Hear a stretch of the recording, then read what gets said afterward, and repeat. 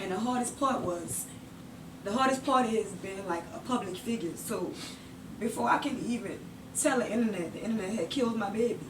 Everybody was rest in peace to Reedy, baby. I feel sorry, and I'm just like, if you a mother, like, you don't have no type of heart, like, you can't respect. I am a public figure, but this is something serious. This is like not no cheating, no scandal or nothing like that. This is like my baby's life. Like, this is life or death. And it was bad to where, like, I was so stressed out. I wasn't eating. I didn't want to go home. They had, like, the housekeepers was telling people what room she was in. They was like telling people, oh, she have a ventilator, she's on the feeding tube, she have this, she have that, she's on this floor. So I had to put her, as on security, like on a security lot. And I would find myself some days like driving to the lake and just listening to Smokey Norfolk, I Need You Now, and just crying. And I wanted to die. I wanted to die because it was a lot. It was really a lot, and I didn't understand it at all. I was just like, this baby was only 5 weeks, and then I used to, like, I don't know, it was the devil telling me to just drive my car in this water and just die. Then I would see my youngest son, Euro. I would see his smile, and I'm just like, if I do this, like, who's gonna have Euro? Who's gonna have Riley? Like, I can't do this. So I can tell you, I can honestly say that I wasn't big on God, because I also felt like God hated me. Like, why would you do me this? Like I didn't understand that. And I met this lady. She was a volunteer at the hospital, and she would come to the hospital, and she just came to the room, and she knocked, and she asked, can she talk to me? And I'm like, yeah. And it's just like, she read me. She told me some things about myself that I felt like she shouldn't have known. And I was like, well, I am a public figure, so maybe, what if she know it off the internet? And I'm like, no, this lady 6 years old, this lady don't know me. She don't know me. And she was just telling me that God told her, I have a platform, and he want me to use it for positive. And that's the reason why I wanted to do this video, because a lot of mothers write me asking me how I'm so strong, but they don't know what I go through when I'm inside, that I break down every time I go home, and I have to go home without her. I don't like to go to the back of the house because I don't like to pass her room. Just the thought of her birthday coming up. She's gonna be 1. It's December 1st, her golden birthday, and I'm extra. I can't give her this big old extravaganza, like, she won't be there. Just the thought of, like, she would have been 8 months, and her and Euro just terrorizing my house, like, just thinking of that. And like, it's like, he used to be like so friendly, and he would go with anybody, and now he's just like so clingy, and he's always crying, and it's like he know. And whenever he see her, he always, like, he says 7 words. He only says 7 words, but he knows sister. Like, he know whenever he see a picture of her, oh, that's Sissy, that's my sister. And when I look at these two, like, they give me strength, because they so strong. Like, she had 19 years, and I remember her telling me on a Sunday at Culture Park, it don't matter how long you had with your child, it still was your child. No matter if it was a stillborn or whatever, it still was your child. But I just, like, I look at them and I commend y'all, because y'all really are strong. You had 19 years, you had 3, and I only had, really, I had almost 6 months, but I had 5 weeks, and it just hurt because I never got to see her smile. Like, I don't know, like, what her personality would have been like, and it just bothers me. Like, it just hurt. It hurt so bad. It really hurt. It hurts so bad. And I have to wake up every day and deal with this. And it's just like, the negative comments on Instagram. How could you kill your only daughter? Like, it's just, you never know what a person is going through. And I feel like, it gets better, and it's still fresh. It's 3 months for me. Right. Yeah. You're doing good, Reedy. It's 3 months for me. And yeah, it's still fresh. It's still fresh, and you're doing good. And I started picking up, like, I play cards. I gamble a lot. I was already gambling, like, it's worse, but that's how I deal with my grief. Like, it was time that I spent the car game and just lose thousands of dollars because I don't want to go home. I'm just gambling and I'm just doing things that I normally wouldn't do. And you coping. You know what I did? I said, you know, and just go. I just wanted to just go. I'm gonna say, girl, sit down. I didn't want to do that. I just wanted to just go, and go. I never want to watch TV. Can't sit down. I just want to drink, smoke weed, just go to the clubs and just have fun. I just wanted to just go. And that was a way to keep me to just stop sitting down and just keep thinking about it. You know, I just had to just find something to do. You know, and then I just started going to work and, you know, and then I just kept myself busy, you know, and then you got them boys, you know, they can keep you busy. You know, you look at them, you know, and guess what? I'm going to tell you something. I bet you any money, Emmy is in both of them. You know, her spirit, and guess what? She's still here with you. She's still here with you. She's here with you. You know, and guess what? He going to give her back to you. You don't see what I go through inside when I'm crying, when I'm by myself, when I'm just having a bad day. Like on the 31st, it made 3 months. Every month on the 1st, when she make another month, you know, it's bad days. And Sundays are the worst because she was born on a Sunday and she passed on a Sunday also.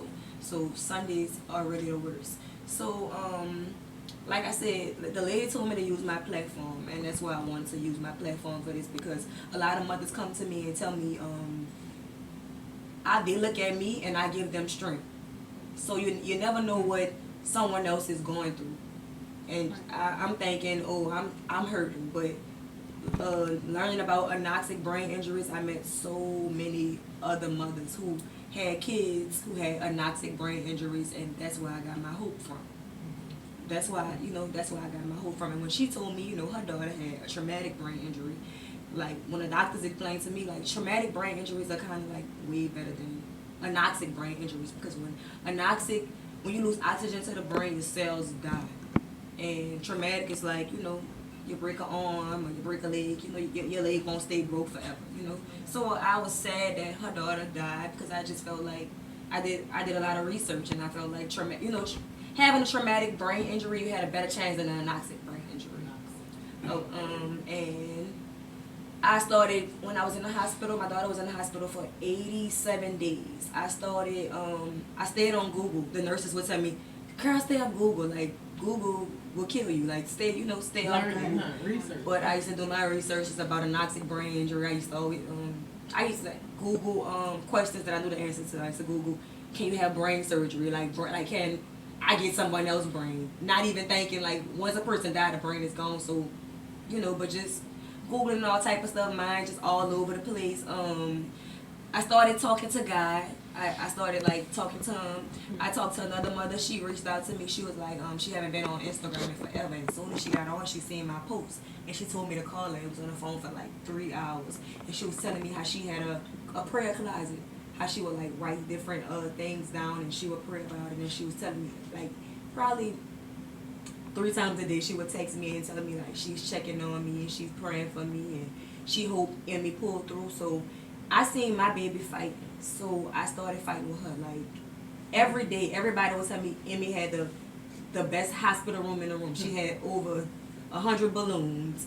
Every day I'm dressing her. She doing outfit change. The Saints playing. She got a Saints outfit on. She's making another month. She got her green on. She got her shoes on. Valentine's Day, I'm bringing balloons. I'm bringing chocolate. The baby can't eat nothing but whatever they feeding her. But I just wanted her to feel the love. And I think me doing that helped with her healing like faster. I started seeing her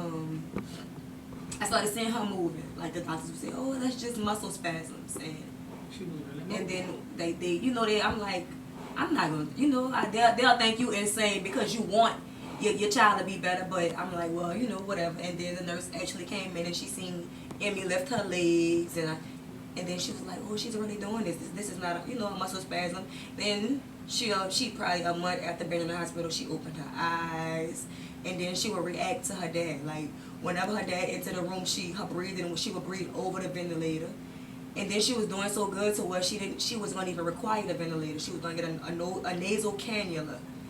But her heart couldn't take it. Her heart started dropping, so they had to put her back on the vent. I was nervous because I thought I wasn't going to do good. And I got her home on April 1st and I did good. I couldn't believe that.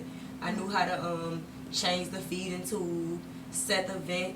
I knew all along the alarms. She had a ostomy bag. I would change the ostomy. I would clean the stoma, and then I was doing so good with Emmy till I wanted to go to school for respiratory. I'm like, I might as well, I might as well go to school for this. And long story short, I'm doing this for a mother that's probably, if you're watching this and you're hurting and you're going through something, it's gonna be alright. One day at a time. Yeah, we miss them. How I cope with it, I watch my old videos. Yeah, Emmy was only 6 months, but I have a lot of videos of her. TikToks, we love TikToks. TikToks, watching her, the videos, the photo shoots. She was definitely gonna be me. She wasn't for the photo shoots. I'm extra, but Emmy wasn't for that. She kept her fists balled up. That's why I named the walk Fight Like Emmy. Cause she always had those fists balled up. But She's a fighter. I'm proud to be Emmy's mom. Yes. She fought until she couldn't fight anymore. God is ready for her. Right. Anything else we want to elaborate on? Yeah. The mother who has experienced the loss of a child, I would like to encourage other mothers out there who are grieving the loss of their child or children. Don't give up. Don't be afraid to continue to live, because you do deserve to live even after the worst tragedy ever. Especially if you have kids and family that's depending on you and that need you around. They deserve you too. Remember to always put God first and pray always. So, like I was saying, never say what you won't do if you haven't been through it. Don't say, oh, girl, look at her, she dancing and her baby just died. Like, you don't know how I feel in the inside. Or you don't know, I'm probably just doing this so I won't be down. Or so I won't think about suicide or just being sad. So, and like, I've been through a lot. I'm only 28, but I've been through a lot. So, my personality come from me, hiding the pain. So, that's how I hide the pain. I dance. Act silly with my kids or whatever, but never, don't judge a book unless you know their story. Like don't judge nobody. That and stop being so miserable and negative. Like stop doing that. Like you never know what a person going through. Like I'm happy I'm strong, and like I'm not the person I was years ago where it used to bother me much. I used to entertain it a lot, but now I just block you and and keep it moving. Like I block you and keep it moving. So don't hide who you are for the internet. Like if you grieve and you lost somebody, but you want to go out and get you a drink, go get you a drink. It's okay to have some normalcy in your life. It's it's okay. We, like she was saying, we have good days, we have bad days. Cause I find myself, I think I'm going crazy too. Like I'm like, I be mad at myself. Like how could you even be happy and your daughter just died? But I'm like, I'm human, so, and I don't want to be sad. And I love Emmy. Like I love Emmy. I miss her so much, but I can't beat myself up. I have other kids. I have to be strong for them.